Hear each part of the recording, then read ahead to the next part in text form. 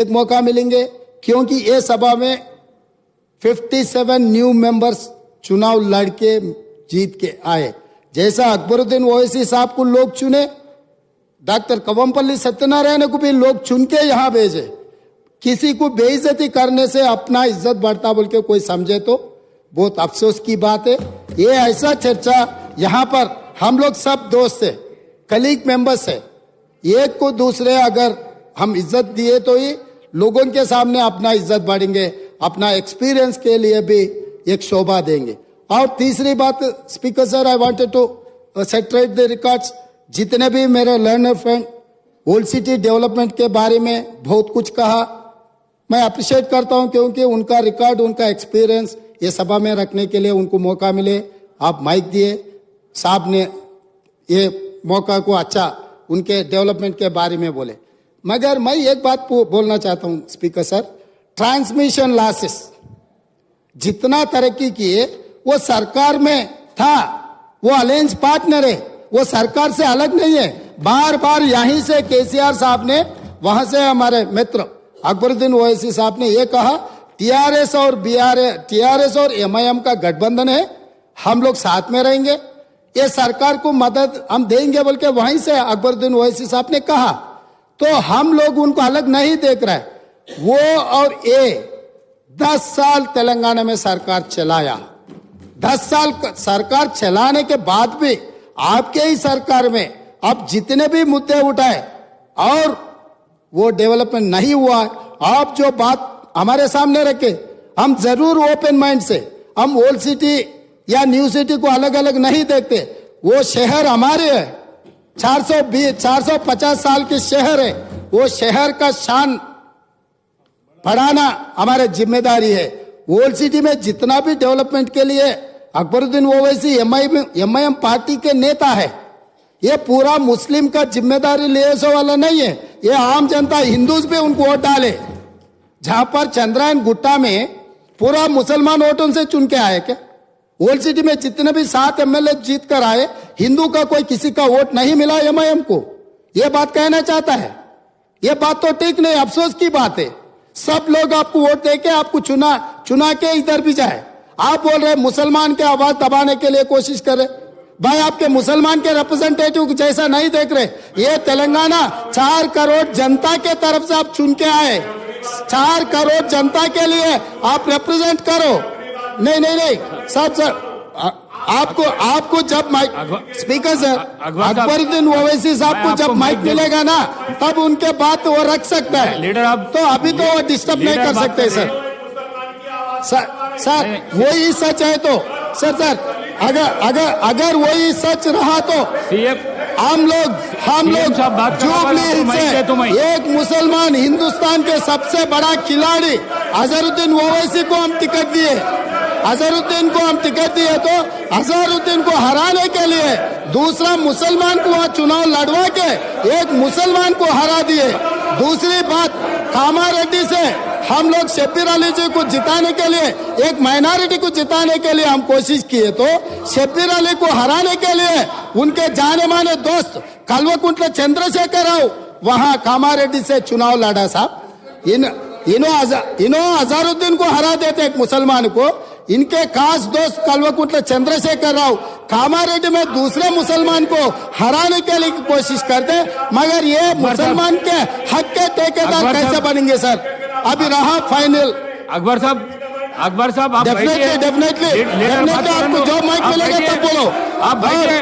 और transmission loss के बारे में सीएम साहब बात आप हाउस को आगे में रखो सर, बैठिए। आप हाउस को आगे में रखो सर, बाद में वो लोग जो बोल रहे हैं उनको बोलने दो। लीडर बात करते जब मैं माइक नहीं दे सकता हूँ। आप बैठिए सर बैठिए, मैं देता हूँ अकबर साहब को देता हूँ। आप अकबर साहब को देता हूँ, बैठिए आप। स्पीकर सर, अगर ये मामला आप बैठिए। हमारे दोस्त एमआईएम पार्टी अगर माइनॉरिटी एंगल में लेकर गए तो मेरा साथी डॉक्टर कवंपल्ली सत्यनारायण वो दलित है सर, दलितों को ऐसे अवमान नहीं कर सकता है।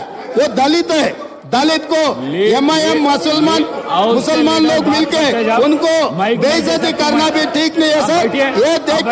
ये देख कर एमआईएम सोचकर अगर उन मेंबर्स को पोडियम में बेचना नहीं बेचना उनके लीडर का जिम्मेदारी है सर। और रहा सर अब इतना सारे ओल्ड सिटी में डेवलपमेंट हुआ ना सर, मैं यहाँ पर ट्रांसमिशन लॉसेस के बारे में मैं ये हाउस के सामने गवर्नमेंट डॉक्यूमेंट में रखना चाहता हूँ। Hyderabad south 43% transmission losses, Siddipet division 61.37% transmission losses, Gadwal division 50.29 transmission losses. Speaker sir, విద్యుత్ సరఫరాలో బిల్లుల వసూలులో ఈ రోజు హరీష్ రావు గారు బాధ్యత వహిస్తున్న సిద్దిపేటలో 61.37% అధ్యక్ష, గజ్వేల్ మాజీ ముఖ్యమంత్రి గారు ప్రాతినిధ్యం వహిస్తున్న శాసనసభ నియోజకవర్గంలో 50.29 ట్రాన్స్మిషన్ లాసెస్। ఇప్పటి వరకు అక్బరుద్దీన్ ఓవైసీ గారు ఏదైతే చెప్తున్నారో హైదరాబాద్ సౌత్ నుంచి 43% ట్రాన్స్మిషన్ లాసెస్। ఈ రాష్ట్రంలో అత్యధికంగా విద్యుత్ వినియోగం చేసే దాంట్లో బిల్లులు ఎగవేసిన దాంట్లో మొదటి స్థానం సిద్దిపేట ఉంది, రెండవ స్థానంలో గజ్వేల్ ఉంది, మూడవ స్థానంలో హైదరాబాద్ సౌత్ ఉంది। ఈ ముగ్గురు లీడర్లే 10 సంవత్సరాలు తెలంగాణ రాష్ట్రాన్ని పరిపాలించి విద్యుత్ బకాయిలు చెల్లించక మొండి బకాయిలల్లా సిద్దిపేట, గజ్వేల్, హైదరాబాద్ సౌత్ ఉన్నది అధ్యక్ష।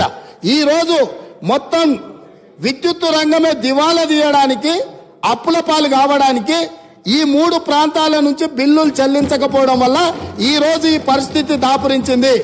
నేను ఇప్పుడు మీ ద్వారా సభ్యులను నేను అడుగుతున్నా అధ్యక్ష, ఇన్ని పెండింగ్ బకాయిలు ఉన్నాయి, ఇంత బాధ్యతతో మాట్లాడినా, ఇంత డేటా తీసుకొని మాట్లాడినా అక్బరుద్దీన్ ఓవైసీ గారు ఎస్ మా ప్రాంతాల నుంచి బిల్లు చెల్లింపులో బకాయిలు ఉన్నాయి, నేను హరీష్ రావు గారు అదేవిధంగా చంద్రశేఖరరావు గారు బాధ్యత తీసుకొని ఈ బిల్లులు చెల్లిస్తామని ఎందుకు ముందుకు రాలేదు సార్?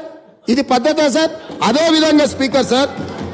అదేవిధంగా స్పీకర్ సార్ ఇన్ని విషయాలు మాట్లాడినప్పుడు అక్బరుద్దీన్ ఓవైసీ గారు అంతకంటే ముందు జగదీశ్వర్ రెడ్డి గారు మాట్లాడుతూ రాష్ట్రంలో ఎక్కడైనా విద్యుత్ కోతలు ఉన్నాయా, ఏ రైతులైనా రోడ్డు మీదకి వచ్చి ధర్నా చేసిండ్రా, ఏ రైతులైనా విద్యుత్ రావడం లేదని అడిగినరా అని చెప్పి మాజీ మంత్రి జగదీశ్వర్ రెడ్డి గారు మాట్లాడినరు।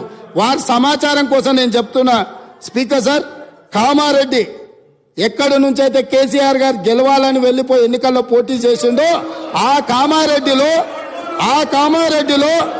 సెప్టెంబర్ 1 తారీఖు నాడు కరెంటు సబ్ స్టేషన్ లో ముట్టడి చేసి మొత్తం రైతులు ధర్నా చేసి రోడ్లెక్కి కామారెడ్డిలో నిరసన తెలిపినరు। 24 గంటలు కాదు కదా 10 గంటల విద్యుత్ కూడా ఇవ్వడం లేదని కామారెడ్డి శాసనసభలో ఆ నియోజకవర్గంలో కామారెడ్డి జిల్లా బాగర్తిపల్లి సబ్ స్టేషన్ ఎదుట ఆందోళన చేస్తున్న రైతులు, వేములనర్వ శివారులో ఎండిపోయిన మొక్కజొన్న పంటను మేస్తున్న గొర్రెలు, ఇది సమాచారం అధ్యక్ష। ఒకవేళ కామారెడ్డి కేసీఆర్ ఇలాకా కాబట్టి నాకు సంబంధం లేదని మాజీ విద్యుత్ శాఖ మంత్రి గారు మాట్లాడొచ్చు। ఇక్కడ సూర్యాపేట జిల్లా నేరేడుచెర్ల దగ్గర రాస్తారోకో చేస్తున్నారు। నేరేడుచెర్ల గరిడేపల్లిలో వారి సొంత జిల్లా రైతులు రోడ్డెక్కి రాస్తారోకో చేసిన వివరాలు అధ్యక్ష। అదేవిధంగా గరిడేపల్లి కల్మల చెరువు సబ్ స్టేషన్ ను ముట్టడి చేసి రైతులు ధర్నా చేస్తున్నారు అధ్యక్ష। అదేవిధంగా మేళ్ల చెరువు అక్టోబర్ 15 నాడు సూర్యాపేట జిల్లా మేళ్ల చెరువులో రైతులు నిరసన బాట పట్టారు అధ్యక్ష। అదేవిధంగా కరెంటు సమస్యలతో గద్వాల్లో 24 గంటల కరెంటు రావట్లేదని సబ్ స్టేషన్ ను ముట్టడి చేసిన వివరాలు అధ్యక్ష। అదేవిధంగా అధ్యక్ష, కరెంటు కోతల వల్ల కన్న కొడుకు చచ్చిపోతే కరెంటు కోతతో కొడుకు, కడుపు కోతతో తల్లి బలి, కరెంటు సరైన సమయంలో ఇవ్వకపోవడం వల్ల కొడుకు చనిపోతే ఆ దుఃఖాన్ని భరించలేక కొద్ది గంటల్లోనే కొడుకు శవాన్ని కూడా దాన సంస్కారాలు చేయకముందే ఆ తల్లి, కొడుకు పేరు కొమరయ్య, తల్లి పేరు ముత్తవ్వ, డోర్నకల్ వరంగల్ ప్రాంతంలో 2 ఏళ్లుగా వ్యవసాయం కలిసి రావడం లేదని అప్పులు పెరిగిపోయాయి, వాటిని తీర్చేందుకు కొమరయ్య సాగును పెంచాడు. కానీ విద్యుత్ రాకపోవడం వల్ల కొమరయ్య అనే రైతు చచ్చిపోతే ఆ దుఃఖాన్ని తట్టుకోలేక గుండె బగిలి కన్న తల్లి ముత్తవ్వ కూడా చనిపోయింది అధ్యక్ష. ఇదే కాదు అధ్యక్ష, ఇంత ప్రోగ్రెస్ రిపోర్ట్ చదివిండు కదా మా మిత్రుడు. నేను అడగదలుచుకున్నా, ఎందుకంటే వారు చాలా సీనియర్ సభ్యులు, వారు అన్ని విషయాలను వారు సభ ముందుకు తెస్తే నిజంగా మేము అప్రిషియేట్ చేస్తాం అధ్యక్ష. మేము వైట్ పేపర్ పెట్టింది దేనికోసం అధ్యక్ష? వాస్తవాలను ప్రజల ముందుకు తీసుకెళ్లి వాళ్ళ సలహాలు సూచనలు తీసుకొని ఒక మంచి పరిపాలన ఇవ్వాలని మేము చర్చ చేసినాం అధ్యక్ష. ఇంత చర్చ జరిగినా అక్బరుద్దీన్ ఓవైసీ గారు శ్రీశైలం ఎడవగట్టు కాల్వ 1988-89లో ఆనాటి కాంగ్రెస్ ప్రభుత్వం 89లో ప్రారంభించింది, 2001లో పూర్తయింది. 20 సంవత్సరాల నుంచి శ్రీశైలం ఎడవగట్టు కాలువ మీద 900 మెగావాట్ల విద్యుత్ ఉత్పత్తితో నడుస్తున్న ప్రాజెక్టు నీళ్ల ద్వారా నడిచే ప్రాజెక్టు అధ్యక్ష. అక్కడ ఈ ప్రాజెక్టును మేము నిర్మిస్తే నిర్వహణ లోపం వల్ల ఆగస్టు 22, 2020 నాడు ప్రభుత్వ నిర్లక్ష్యం వల్ల 2 రోజుల ముందే హెచ్చరించిన ఇక్కడ సమస్యలు ఉన్నాయి, తక్షణమే అధికారుల నిపుణులను పంపించి ఈ సమస్యల్ని పరిష్కరించండి, లేకపోతే పెను ప్రమాదం జరగబోతుందని అక్కడ అధికారులు ఇక్కడ ఉండే అధికారులకు హెచ్చరిక లెటర్ పంపించిన వారు మంత్రిగా ఉన్నప్పుడు నిర్లక్ష్యం వల్ల పట్టించుకోకపోవడం వల్ల శ్రీశైలం విద్యుత్ సొరంగం 900 మెగావాట్లది బ్లాస్ట్ అయి 9 మంది చచ్చిపోయినారు అధ్యక్ష. 9 మందిలో ఏఈ ఉజ్మా ఫాతిమా హైదరాబాద్ ఓల్డ్ సిటీలో, ఆ అమ్మాయికి మైనారిటీ కాంగ్రెస్ పార్టీ ఇచ్చిన రిజర్వేషన్ తో ఆ అమ్మాయి ఇంజనీరింగ్ చదివి ఉద్యోగం చేసి అక్కడ చేరితే ఆ అమ్మాయి ఒక మహిళ అయి ఉండి ఆడబిడ్డ అయి ఉండి అక్కడ ఉద్యోగం చేస్తుంటే ఆ అమ్మాయి చనిపోతే ఆ కుటుంబాన్ని మేము ఇంటికెళ్ళి పరామర్శించినాము, మేము ఆదుకున్నాం ఆ కుటుంబాన్ని. కానీ రాష్ట్ర ముఖ్యమంత్రి గారుగా ఆనాటి ముఖ్యమంత్రి గారు కానీ ఆనాటి విద్యుత్ శాఖ మంత్రి కనీసము మన చాదర్గట్టులో ఉండే ఆ మైనారిటీ ఏఈ కుటుంబాన్ని కూడా పరామర్శించలేదు. శ్రీశైల సొరంగము పేలిపోవడం వల్ల 9 మంది ఉద్యోగస్తులు అక్కడికక్కడనే బుగ్గిపాలైపోయిన శవాన్ని కూడా గుర్తించలేని పరిస్థితిలో ఖాళీ బూడిదై మసైపోయింది. మానవత్వం లేని ప్రభుత్వము దాని మీద విచారణకు ఆదేశించలేదు. కనీసం ప్రమాద స్థలాన్ని మేము పరిశీలించి బాధితులకు కొంత ఉపశమనం కలిగిద్దామంటే మమ్మల్ని పోలీసులను పెట్టి అరెస్ట్ చేసి పోలీస్ స్టేషన్లలో కూసబెట్టినారు అధ్యక్ష. ఇన్ని తప్పిదాలు ఎంఐఎం పొత్తులో ఉన్న బీఆర్ఎస్ పార్టీ ఆనాడు ప్రభుత్వం నుండి దుర్మార్గాలు చేస్తే ఈ శ్రీశైలం ఎడమగట్టు కాలువ మీద జరిగిన ప్రమాదం గురించి కూడా మా మిత్రుడు ఈ సభలో ప్రస్తావించి ఉంటే ఎస్ డెఫినెట్ గా మేము అప్రిషియేట్ చేసి ఉండేవాళ్ళం. కాబట్టి ఈరోజు లెట్ మీ सर अकबर साहब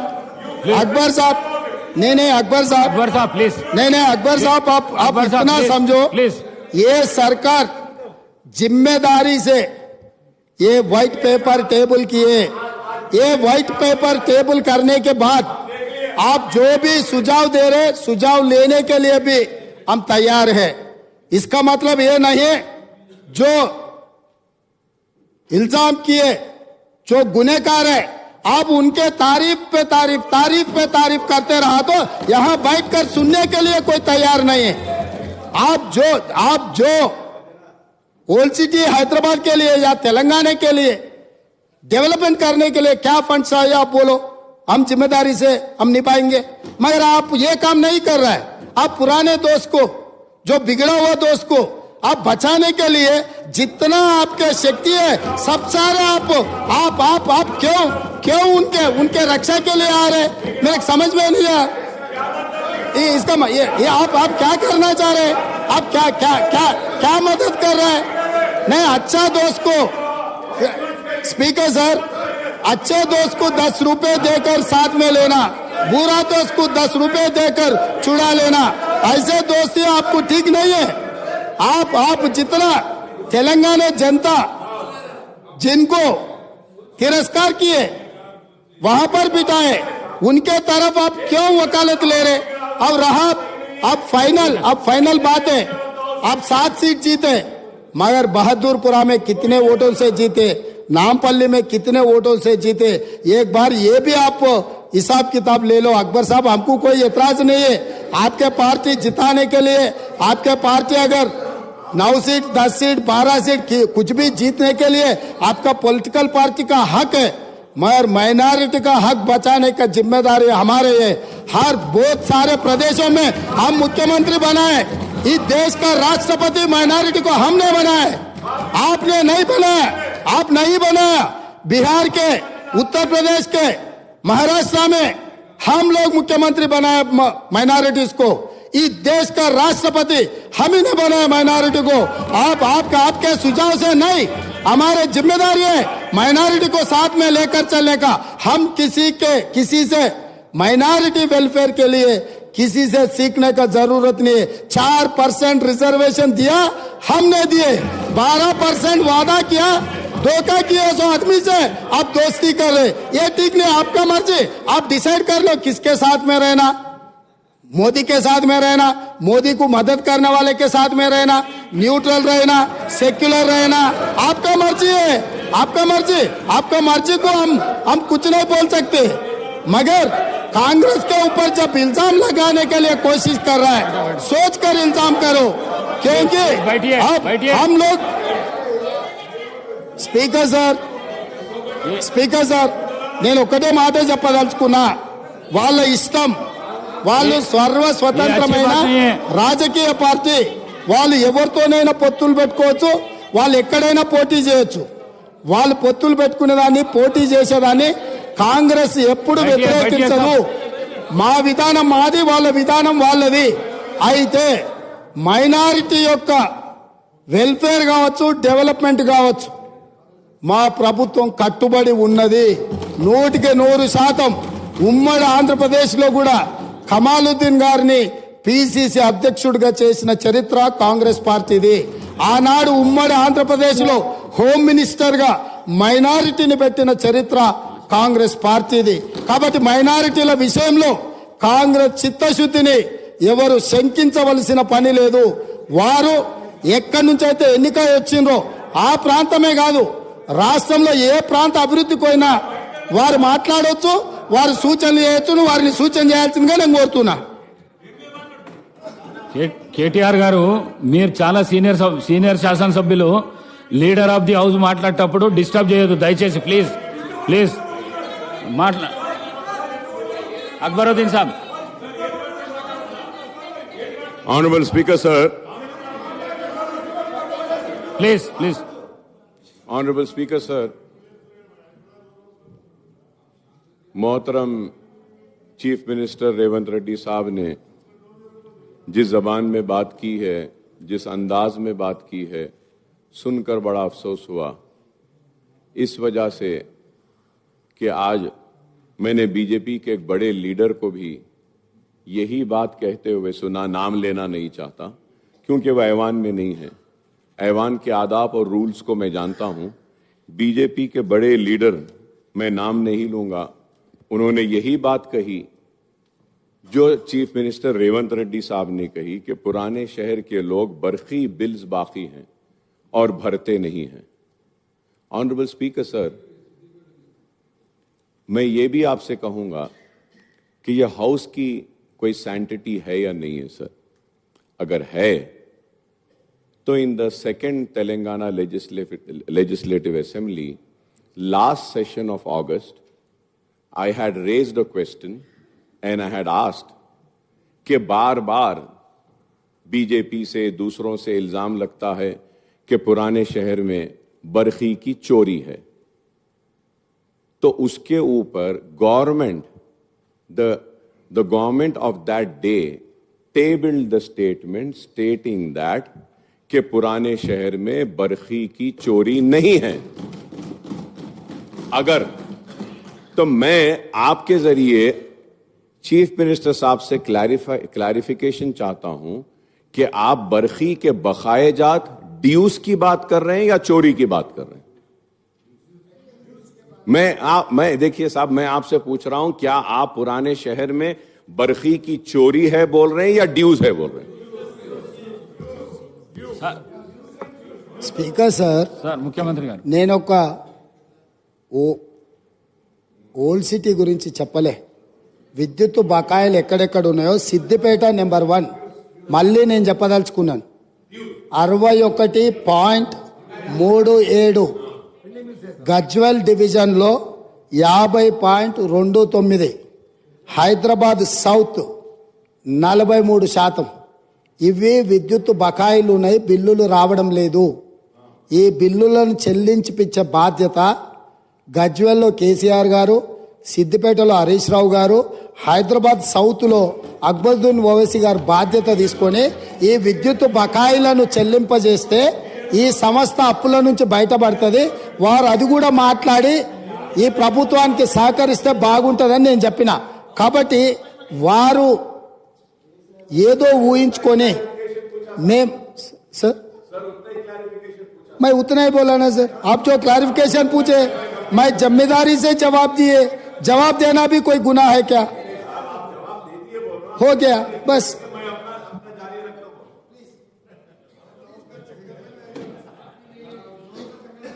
thank you sir. Thank you sir. Akbar साहब, आप बहुत सीनियर 6 टाइम्स एमएलए हैं. लीडर ऑफ द हाउस बात करते जब चेयर से बात करना, आप डायरेक्ट उनको बात करके बिठाना, ये अच्छी बात नहीं है साहब. ये अच्छी बात नहीं है साहब. नहीं sir, if I am using the mic, I know the rule positions. When I am using the mic, everyone who's using the mic is supposed to address to the chair. Now the mic is here. I am addressing it to you, sir. Please. If I have to address without the mic, yes, that is something different, sir. Please. Mic and without the mic is there. Sir, through you, sir. अब क्या नजर पे भी पाबंदी लगाएंगे आप? नजर पे भी पाबंदी, गर्दन पे भी पाबंदी. ऑनरेबल स्पीकर साहब, अब आप देखो साहब आप. Sir, Honorable Speaker, sir, I just want to clarify on 3-4 things which Honorable Chief Minister Saab had said. And it is very misleading, sir. Sir, every political party has the right to contest elections wherever they want. He says that MIM didn't allow Shabbir Ali to win. Did MIM contest in Nizamabad? Sir, and second thing about Jubilee Hills. Sir, Jubilee Hills, we have corporators there. And we have earlier also contested. This time also we contested. You mean, and one more thing, sir. When I do not have any objection when a Congress candidate is contesting against me, and rest of them also do not have. Congress contested at Karwan. Congress gave a ticket to a Muslim. So I should say that कि आप जो है सो हमारे मुसलमान को जीतने नहीं दिए. What an immature talk, sir. What is this? क्या मैं ये बोलूंगा? देखिए साहब, सवाल वो नहीं है कि आपको लड़ने का इख्तियार है, हमको लड़ने का इख्तियार है. अब हम जहां से लड़े आप बोलेंगे कि नहीं आप वहां से नहीं लड़ना. Sir, I am not a minority cell of any party. I am a Majlis Ittihadul Muslimin. So my party has the right to take my own decision as your party has the right to take your decisions. How can you say that? How can you say that? Speaker sir, Please. Akbaruddin Owaisi साहब ने फिर मुद्दे को दूसरे रास्ता में ले जाने के लिए कोशिश कर रहे हैं. मैं बोला मैं जिम्मेदारी से आप जो सवाल किए वो सवाल को मैं फिर जवाब देना पड़ रहा. 2014 में जुबली हिल्स से एमआईएम चुनाव लड़ा था जब नवीन यादव को टिकट दिए थे. 2018 में एमआईएम जुबली हिल्स से चुनाव नहीं लड़ा. वही नवीन यादव इंडिपेंडेंट चुनाव लड़े तो पार्टी से बर्खास्त कर दी. अभी 2023 में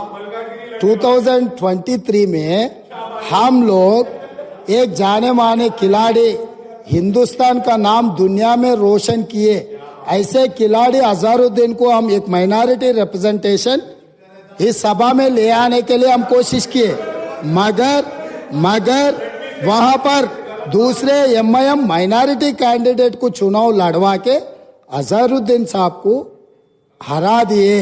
मैं इतने कहा, मैं कुछ इल्जाम नहीं रखा, मैं कुछ मदद नहीं मांगा, जो फैक्ट्स एंड फिगर से मैं इस सभा और नेता के सामने, क्योंकि अध्यक्ष असदुद्दीन ओवैसी साहब अध्यक्ष ने फाइनल फैसला करते, तो इसीलिए मेरा दोस्त से मेरा गुजारिश है, जब हम लोग कोशिश कर रहे हैं माइनॉरिटी रिप्रेजेंटेशन इस हाउस में लाने के लिए, तब आप ये अजहरुद्दीन को हरा दिए।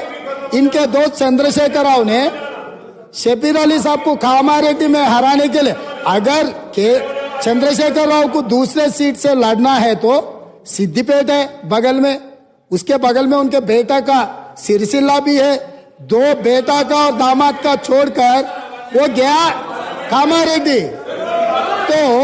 तो इन लोगों का नीयत कैसा है, बस वो नीयत साफ नहीं है बोल के मैं दिखाना चाह रहा हूं सर, इतना ही है।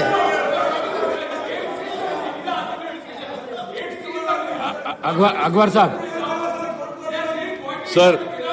Sir, my humble request to you is that, sir, let me complete what I have to say, sir. Sir, let me just complete what I have to say, sir. Please. Sir, now the question arises, I really don't understand. He's such a senior person, and Almighty has blessed him with such a big chair, in spite of having a political career, started from ABVP, then TRS, then BJP, and then Congress, then also RSS. He should be more matured, because he's gone everywhere, here and there, and he's got experience of being everywhere. And he talks like this. It is so sad, sir. Sir, it is no, sir. Let me complete, sir. It is. It is. Sir, I request. CM garu, MIM party के बारे में अगर बोलना शुरू किए तो आगे आपको भी बहुत दिक्कत हो जाएंगे। आप लोग नादेंद्र भास्कर राव से दोस्ती किए, आप लोग एनटीआर से दोस्ती किए, आप लोग चंद्रबाबू नायडू से दोस्ती किए, आप लोग राजशेखर रेड्डी साहब से दोस्ती किए, उसके बाद आप लोग किरण कुमार रेड्डी से दोस्ती किए, दुश्मनी किए, उसके बाद केसीआर से भी दोस्ती किए। नादेंद्र भास्कर राव से लेकर जिस दिन नादेंद्र भास्कर राव तेलुगु देशम पार्टी को तोड़ने के लिए जब कोशिश किए, कौन साथ में थे सर? ये हिस्ट्री है। अगर अकबर साहब नहीं बोले तो हम बोल सकते, हम भी राजनीति में है, किसी के ऊपर इल्जाम लगाना आसान है, मगर जवाब देना जिम्मेदारी से देना पड़ता है। यहाँ पर चर्चा आप किधर किधर कहाँ अलायंस किए, हम किधर किधर घूम के हैं, ये सब सारे चर्चा करने के लिए नहीं है। यहाँ पर चर्चा है व्हाइट पेपर ऑफ एनर्जी, इसके बारे में आप जो बोलना है तो बोलो। अगर एक दिन चर्चा करना है केसीआर साहब ने किधर किधर घूम के आया, कांग्रेस में कब था और नायडू पार्टी में टीडीपी में कब था, फिर कांग्रेस में कब आया, फिर कांग्रेस से अलायंस कब किए, फिर चंद्रबाबू नायडू से अलायंस कब किए, फिर बीजेपी से अलायंस कब किए, फिर खुद का पार्टी कब बनाया, ये सब सारे एक दिन पूरा आप अगर मौका दिए तो कौन कौन कहाँ घूम के आए, सबके बारे में चर्चा करने के लिए हम तैयार है। अगर आप कभी मौका दिए तो उसी के ऊपर एक दिन पूरा दिन हम चर्चा करेंगे। स्पीकर सर,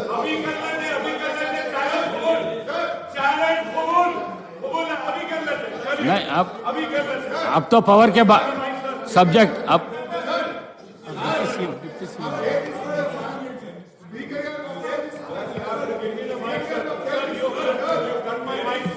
अध्यक्ष